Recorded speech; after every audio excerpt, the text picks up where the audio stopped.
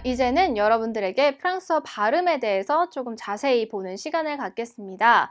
프랑스어 발음은요, 이 모음과 자음으로 구별이 되는데, 특히 모음 같은 경우는 구강모음, 비강모음, 반모음이라고 해서 세 가지 종류가 있습니다. 그래서 오늘은 우리 모음부터 한번 보도록 하겠습니다. 자, 모음을 보면요. 일단 구강모음부터 볼게요. 구강모음은 구강 안에서 소리를 낸다라는 의미입니다. 자, 우리 여기에 있는 6가지 가장 간단한 구강모음부터 한번 보도록 할게요. 구강모음은 이쪽에 써 있는 건 발음 기호고요. 그 다음에 발음, 그 다음에 예시 단어입니다. 예시 단어를 보시고 이 발음을 익히시는 게 조금 더 좋을 것 같아요. 자, 그럼 예시 단어부터 먼저 보도록 하겠습니다. 알파벳 E가 들어가 있는 이 단어. 이씨. 네. 이씨라고 읽어서 여기 지금 발음 기호에 E라고 되어 있으면 E처럼 발음을 내시면 됩니다. 자, 그 다음에 두 번째 예시 단어 보겠습니다. 쉐. 얘는 보시면 지금 닫힌 에라고 되어 있죠. 자, 닫힌 에 어떤 거였는지 기억나세요? 네, 입을 양쪽으로 조금 더 벌리면서 턱을 위로 올리는 거죠. 에 발음인데 얘는 발음을 그렇게 에 발음으로 내주시면 됩니다. 쉐. 그렇죠? 그 다음에 세 번째 단어는 열린 에 발음이네요. 자, 이 단어는 우리 알파벳에서 볼 때 예시 단어로 이미 나왔던 단어죠. 자, 발음 기호를 같이 보시면서 읽으시면 됩니다. 턱을 아래로 내리면서 père. 네, 아주 잘하셨습니다. 자, 그 다음에 발음 기호 아 나왔습니다. 자, 이 단어도 우리 알파벳 아 할 때 나왔던 바로 그 단어죠. 자, 읽어볼까요? 아미. 네. 자, 그 다음에 우 발음입니다. 자, 프랑스어에서는요, 제가 지난 시간에도 설명을 드렸지만 오와 우가 붙으면 그냥 우처럼 발음이 난다라고 말씀드렸었습니다. 그래서 이 단어도 지금 철자가 오와 우가 붙어 있기 때문에 그냥 간단하게 우로 발음을 내주시면 됩니다. 자, 그 다음에 이 5번째 단어를 볼게요. 지금 보면 아, 유, s 2개에 이가 붙었어요. 뒤에 있는 발음은 여러분들이 이미 아실 것 같고요. 자, 위에 있는 얘처럼 모음이 2개가 붙어서 새로운 단어가 생성이 됐습니다. 불어에서 아, 으가 같이 붙으면 발음이 어떻게 바뀌냐면 오처럼 발음이 됩니다. 그래서 얘는 아우씨가 아니라 오씨처럼 발음하시면 되겠습니다. 이렇게 2가지 모음이 붙어서 하나의 모음을 발음하는 경우가 굉장히 많아요. 그래서 여러분들이 이 부분을 공부를 하실 때는 단어를 보고 그 다음에 발음을 익히시는 게 훨씬 수월할 겁니다. 자, 그러면 우리 위에서부터 한 번씩 다시 읽어보고 넘어가도록 할게요. 자, 첫 번째부터 읽어보겠습니다. 이씨, 그 다음 쉐, 그 다음 père, ami, ou, aussi. 네, 그렇게 연습하시면 되겠습니다. 자, 그 다음에는요. 네, 그래서 이제는 여기 뒤에 나와 있는 구강모음을 또 마저 보도록 하겠습니다. 자, 구강모음 중에 위에 있는 2가지는 금방 익히실 수 있는데요. 밑에 있는 이 4가지 같은 경우는 입모양과 소리를 같이 신경 쓰셔야 돼서 조금 까다로운 발음이 될 수가 있습니다. 그런데 이 4가지는 조금 이따 보도록 하고 우리 위에 있는 2가지를 먼저 보도록 하겠습니다. 자, 단어로 우리 먼저 보고 그 다음에 발음 보기로 했었죠. 단어 중에 지금 오 발음이 나와 있는 경우가 있는데 우리 알파벳 할 때 오는 오처럼 발음하면 됩니다 라고 설명을 드렸는데요. 이 오가 가끔 완전히 오가 아니라 어처럼 발음이 나는 경우가 있습니다. 그러니까 오와 어의 중간 발음처럼 생각을 하시면 되는데요. 그래서 이 단어는요. 알로가 아니라 알러처럼 발음을 하셔야 됩니다. 자, 같이 한번 연습을 해볼까요? alors. 네, 그렇게 하시면 됩니다. 그렇게 발음해야 되는 경우는 옆에 발음 기호에 이런 발음 기호가 되어 있습니다. 오라고 하더라도 이런 발음 기호가 있는 경우에는 어처럼 발음해 주시면 되겠습니다. 자, 그 다음에는 우리 가겠습니다. 아도 마찬가지로 우리 지금까지 여러 번 많은 단어를 연습을 했는데, 자, 이 단어는 발음을 하려고 봤더니 혀 뒤쪽에서 나는 라고 써 있네요. 자, 이것은 무슨 의미냐면 턱을 조금 더 아래로 내리면서 발음을 하라는 의미입니다. 자, 그래서 우리가 의 예시 단어였던 친구라는 뜻의 아미는 입 안쪽에서 소리가 났죠? 아미. 그런데 이 단어는 발음을 어떻게 하냐면 바. 그래서 턱을 조금 더 아래로 내리면서 입을 더 크게 만들어서 발음해 주시면 됩니다. 아미, 바. 두 가지의 차이점이 보이시죠? 그쵸? 자, 그래서 이렇게 발음해 주시면 됩니다. 자, 그 다음에 이제 드디어 우리 입 모양과 소리를 같이 연습하셔야 되는 모음이 나왔습니다. 자, 우리 첫 번째 단어부터 갈게요. 자, 이 단어는 아마 여러분들이 익숙하시죠? 우리 알파벳에서 이미 봤던 단어입니다. 자, 이 단어 발음 어떻게 하는지 기억나시나요? 네, 입은 우, 안쪽 소리는 이. 그 다음에 우리 때를 붙였었죠? 한번 같이 해볼게요. 우, 유, 주. 네, 그렇게 발음하시면 됩니다. 자, 이렇게 입 모양을 신경 써야 되는 것들이 밑에 3가지가 더 있는데 차근차근 보도록 할게요. 자, 이 단어 발음하기가 굉장히 까다롭습니다. 발음은 사실 이렇게 나누어서 하면 되는데 이 으가 붙어있는 이 발음이 발음하기 굉장히 까다로워요. 자, 한국말로 이렇게 써 있습니다. 왜 같은 발음이긴 한데 입 모양은 오, 소리는 에처럼 낸다 라고 되어 있어요. 자, 우리 한번 같이 연습을 해볼게요. 입 모양은 오, 안쪽의 소리는 에. 오, 으. 네, 약간 어색한 발음이 나죠. 다시 한번 해볼까요? 오, 으.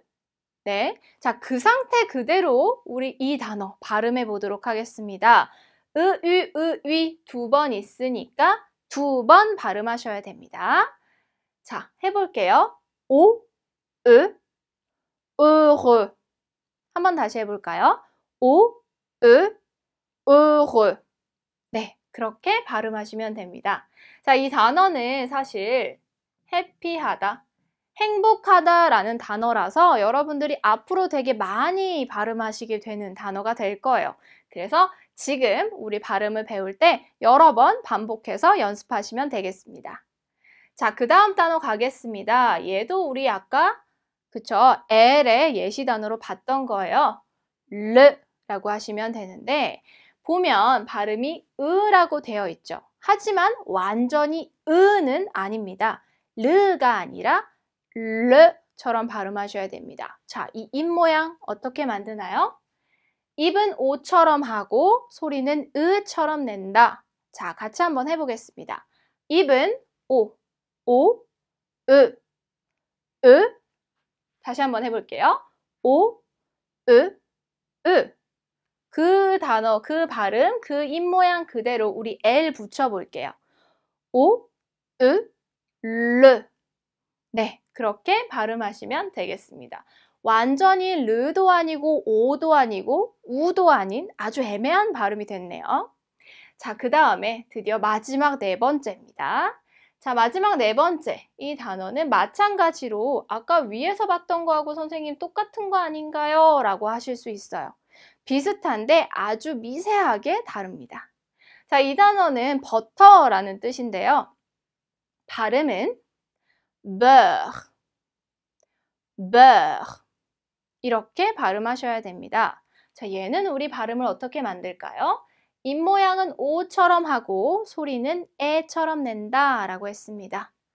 아까도 입 모양 오처럼 소리는 에처럼. 얘는 약간 입이 벌려진 에였고요. 얘는 에였죠. 그쵸? 그래서 오에 에를 더해 보겠습니다. 오, beurre. 네, 입이 조금 더 아까 위에 있었던 것에 비하면 조금 더 동글동글하게 입이 모였어요. 다시 한번 해볼게요. O, U, beurre. 네, 아주 잘하셨습니다. 자, 이 네 가지는 여러분들이 입 모양과 발음을 같이 신경 쓰면서 계속 연습해 주시면 되겠습니다. 자, 그 다음에 우리 이제 비강 모음을 보도록 할게요. 비강 모음은 콧소리를 울려서 내는 것, 코비자가 들어가 있어서 코에서 소리가 나는 모음을 비강 모음이라고 합니다. 발음이 많이 난다고 생각하시면 되는데요. 위로 조금 올려서 보겠습니다. 자, 얘도 우리 단어를 먼저 본 다음에 발음을 익혀보도록 할게요. 자, 예시 단어가 지금 밑에 나와 있죠. 첫 번째 예시 단어는 한국어의 빵과 같은 단어예요. 발음은요, 빵.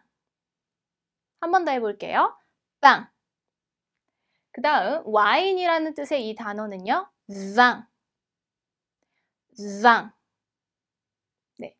그래서 지금 이 n이 붙었고 발음 기호가 지금 이 단어에 이렇게 물결처럼 되어 있죠. 자, 이렇게 되면 아에다가 콧소리를 같이 더해 주시면 됩니다.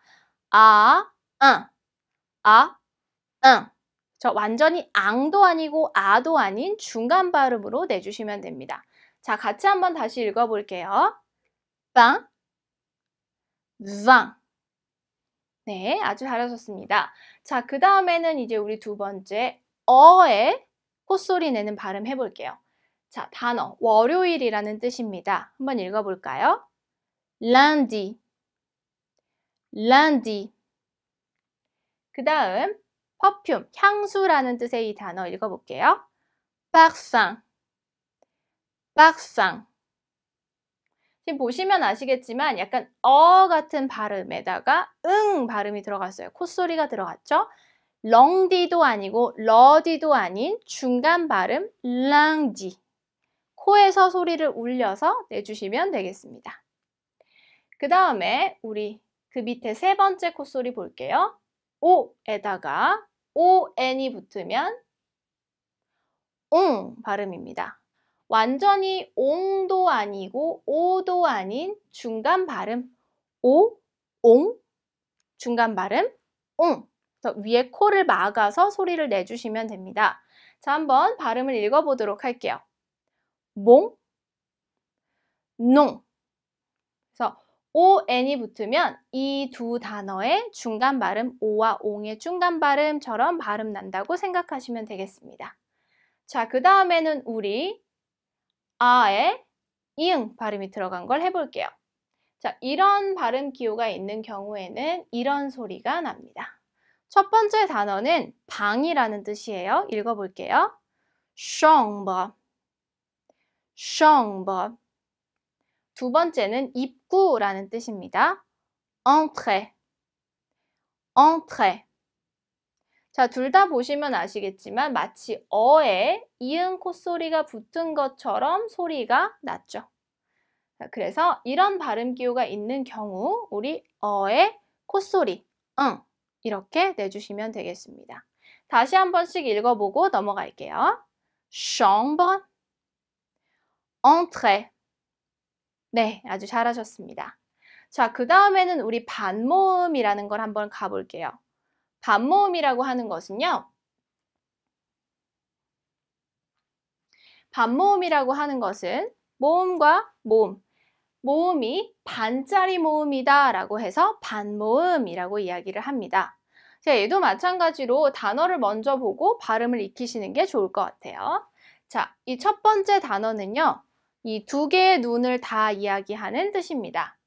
발음은 이유, 이유 이렇게 됩니다. 모음만 모여져 있는 소리 같이 들리시죠? 마치 이, 유처럼 읽으시면 됩니다. 다시 한번 같이 읽어볼까요? 이유. 네. 그 다음 두 번째 발음 가겠습니다. 자, 얘는 지금 유와 이가 같이 붙어 있죠. 그래서 유 발음, 이 발음을 같이 내주시면 됩니다. 자, 유 발음 우리 어떻게 냈었어요? 입은 우, 소리는 이. 그쵸? 우, 유, 이. 위처럼 처럼 내주셔야 되죠. 두 가지의 모음을 같이 재빨리 연달아서 발음해 주시면 됩니다. 위. 네, 그렇게 발음하시면 되겠습니다.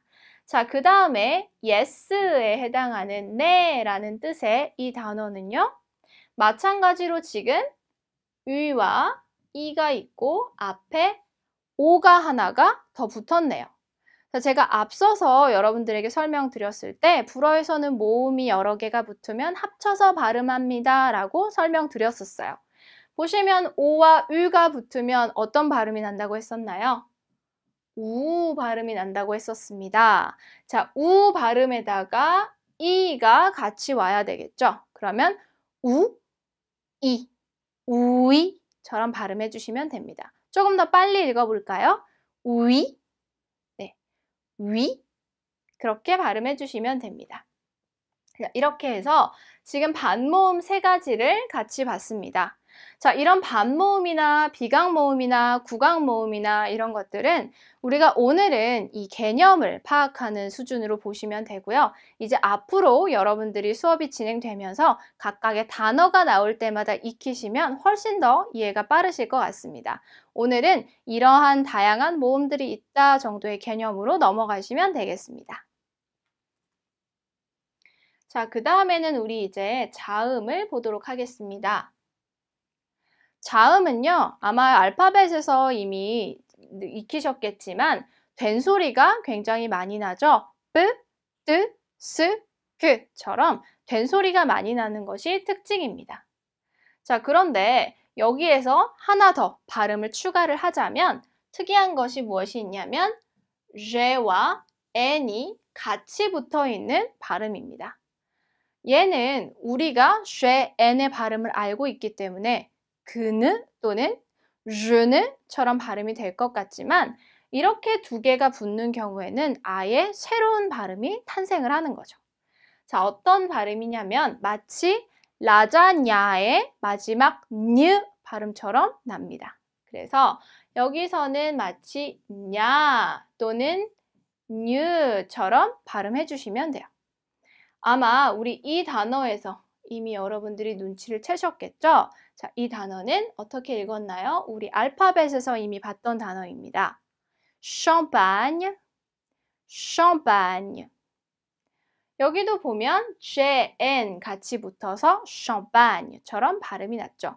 champagne가 아니라 champagne처럼 발음이 났습니다.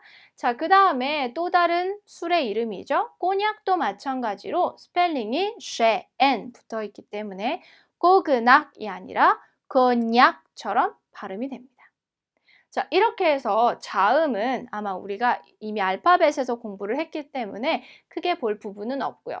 그런데 하나 추가적으로 여러분들이 기억하셔야 되는 부분이 있습니다. 뭐냐면 프랑스어에서 일반적으로 단어 맨 끝에 놓인 자음은 발음이 되지 않는다라고 되어 있네요.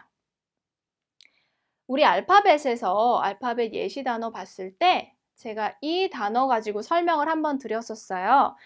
알파벳 단어가 5자나 되는데 발음은 껑 하나입니다 라고 했었죠. 그러면서 생략되는 발음이 많기 때문에 소리내서 연습하셔야 됩니다 라고 했었어요. 여기도 보시면 마지막 대가 자음, 마지막 자음이기 때문에 발음이 되지 않아서 여기까지만 발음이 돼서 이 단어는 껑이라고 부르는 겁니다. 자, 마찬가지로 여기에 마지막 자음은 발음이 되지 않는다 라고 되어 있네요. 그런데 예외가 있습니다. C, R, S, L 같은 경우는 마지막 자음이라고 하더라도 발음이 되는 경우가 있다라는 거죠. 그 예시들이 지금 밑에 적혀 있네요. lac, jour, neuf.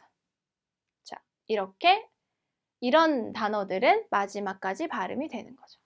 자, 이렇게 해서 이제 자음의 규칙까지 보셨습니다.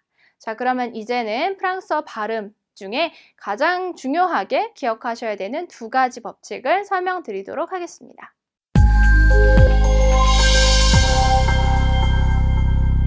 자, 지금부터는 프랑스어 발음의 굉장히 중요한 법칙 2가지를 설명드리도록 하겠습니다. 첫 번째는 여는 법칙이고요. 두 번째는 모음 축약이라는 법칙입니다.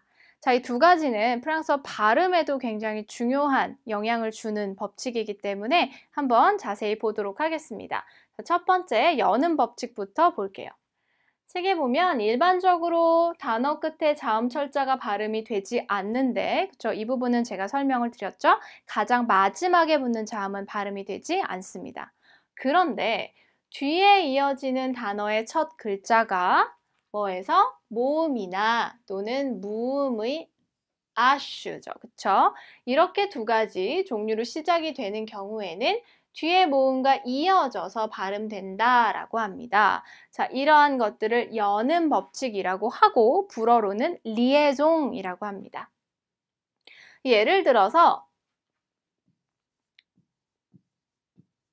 제가 저번에 설명드렸던 단어로 다시 한번 예시를 잡아볼게요. 언젠가 그가 라는 문장입니다. 이 뒤에 이제 문장이 조금 더 이어지겠죠.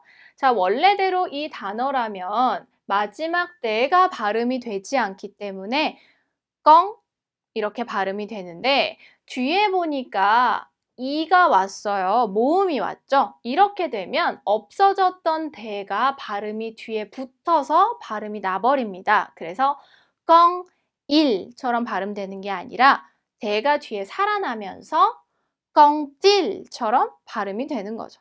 자, 이렇게 작용되는 법칙을 바로 여는 법칙이라고 합니다. 발음이 나지 않았던 마지막 자음이 뒤에 오는 모음의 힘을 받아서 다시금 발음이 살아나는 것. 이게 바로 여는 법칙입니다. 자, 그래서 대부분의 경우는 가장 마지막에 오는 이 발음이 그대로 살아나죠. 예를 들어서 네나, 빼나, 에흐나, 때 같은 것이 가장 마지막 자음이었다면 뒤에 모음이 오는 경우에 뿌처럼 발음이 살아나고 흐처럼 발음이 살아나고 또는 때처럼 발음이 살아나게 되는 거죠. 자, 그런데 이렇게 발음이 살아날 때 변형되는 몇 가지 발음이 있습니다. 그게 바로 1번, 2번, 3번에 나와 있는 발음입니다. 연음이 될 때를 말씀드리는 거예요. 보시면요. 자, 첫 번째 법칙입니다. 네와 쉐로 끝나는 마지막 자음은 연음 법칙을 통해서 살아날 때 발음이 때 또는 그로 살아난다라는 겁니다. 발음이 변형되는 거죠. 자, 이 예시는 제가 알파벳 설명드릴 때 이미 설명드렸던 거라서 아마 기억이 나실 거예요. 키가 큰 친구라는 뜻의 이 단어 grand am이라는 단어였죠. 제가 어떻게 읽었었어요? grand am이처럼 읽었죠.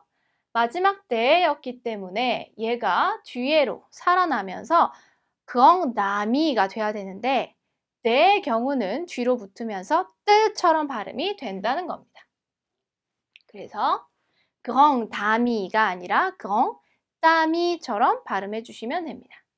쉐도 마찬가지로 슈로 살아나는 것이 아니라 끝처럼 살아나게 되네요. 그래서 롱, 제때가 아니라 롱깨때처럼 발음이 납니다. 쉐는 마치 까처럼, 때는 마치 때처럼 발음해 주시면 됩니다. 자, 그 다음 두 번째, S나 X인 경우에 연음으로 살아날 때는 Z로 발음이 된다. 자, 예시 단어 볼게요. 친구들이라는 단어입니다. S로 끝났죠. 원래대로면 때, 싸미처럼 돼야 되는데 S인 경우 어떻게 발음된다고요? Z처럼 발음이 돼요. 그래서 때, 자미처럼 발음하시면 됩니다. 그 다음 X로 끝났네요. 10명의 남자들이라는 의미입니다. die, some이 아니라 die, som처럼 z 발음으로 발음해 주시면 됩니다. 자, 그 다음에 s 또는 s는 여는 법칙으로 살아날 때 the로 발음된다 라고 되어 있네요. 자, 그러면 9시라는 뜻의 이 단어는 neuf heures가 아니라 the처럼 발음돼서 neufheures처럼 발음하시면 되겠습니다. 자, 그러면 우리 앞에서부터 한 번씩 차근차근 읽어보고 그 다음 법칙 넘어갈게요. 자, 첫 번째 단어 어떻게 읽을까요? grand ami. 두 번째 단어는 l'enquête. 그 다음 세 번째, des amis. 네 번째, dix hommes. 다섯 번째, neuf heures. 네, 그렇게 발음하시면 되겠습니다. 자, 첫 번째 법칙 우리 리에종 봤고요. 자, 이제 두 번째 법칙 보도록 하겠습니다. 자, 두 번째 법칙은 바로 모음 생략 법칙이라는 겁니다. 자, 다른 말로는 모음 축약이라고도 하는데요. 모음이 두 가지가 동시에 만났을 때 둘 중에 앞에 있는 것을 생략시킨다라는 의미입니다. 자, 설명을 읽으면 프랑스어에서는 모음이 거듭해서 나오는 것을 피한다. 그래서 앞 단어가 모음으로 끝나고 뒤따라 나오는 단어가 모음이나 또는 무음의 아슈로 시작되는 경우에는 모음과 모음이 겹침으로 축약을 시킨다라고 되어 있습니다. 그러니까 모음과 모음이 동시에 왔을 때 이 둘이 부딪힌다라고 생각을 하는 거죠. 그래서 앞에 있는 모음을 하나 없애주고 대신에 어퍼스트로프를 붙여주는 겁니다. 자, 그 예시가 바로 여기 지금 나와 있어요. 이쪽에 나와 있는 게 대부분의 그 예시인데요. 이 모음 생략은 대부분 언제 많이 적용이 되냐 하면 관사나 또는 지시대명사 또는 인칭대명사나 전치사와 같은 문장 구성 요소들과 많이 발생하는 그런 법칙입니다. 자, 여기서는 예시 단어를 그냥 보시는 게 더 나을 것 같아요. 얘도 마찬가지로 지금 어퍼스트로프가 다 붙어서 축약이 되어 있는 상태입니다. 그 말인즉슨 이 앞에 원래대로면 모음이 하나 더 있었다라는 것이죠. 자, 여기 같은 경우는 지금 정관사가 생략되어 있는 겁니다.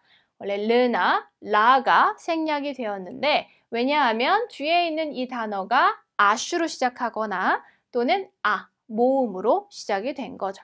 그래서 원래대로라면 르, 오텔 이렇게 써야 되는 건데 모음 만났으니까 얘를 없애고 대신에 어퍼스트로프를 붙여준다라는 의미입니다. 라흐보그도 마찬가지겠죠.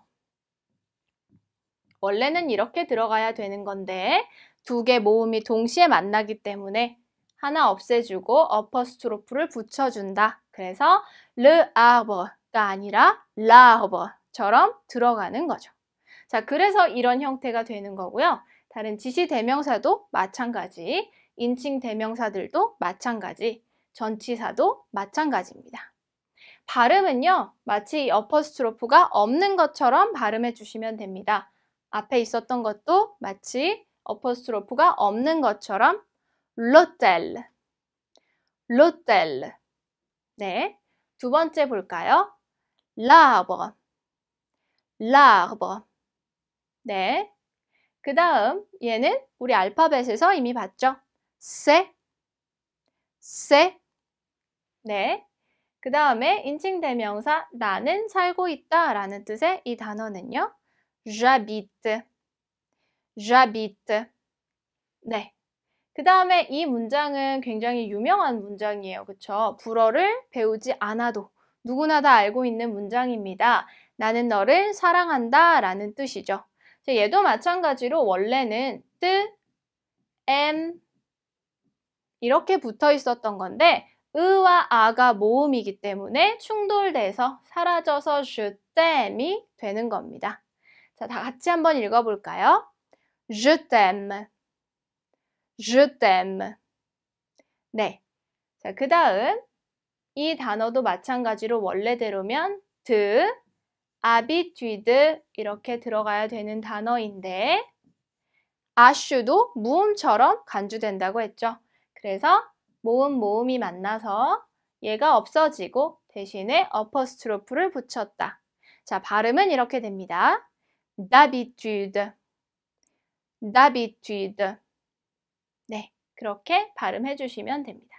자, 그래서 우리 중요한 프랑스어 발음 법칙 리에종, 그쵸? 여는 법칙, 그 다음에 모음 생략 법칙 이 두 가지를 보았습니다. 자, 이 두 가지는 프랑스어를 나중에 여러분들이 이제 손으로 쓰시게 되거나 또는 문장을 만드실 때 굉장히 중요하게 적용하셔야 되는 법칙이라서 이 두 가지는 예시들을 다시 잘 읽어보시면서 꼭 복습해 주시면 되겠습니다. 자, 그 다음에 이제 마지막으로는 약어 설명을 드릴게요. 이 약어는요, 이제 교재상에서 설명이 되어 있을 때 이렇게 되어 있다면 이런 뜻이다 라는 의미입니다.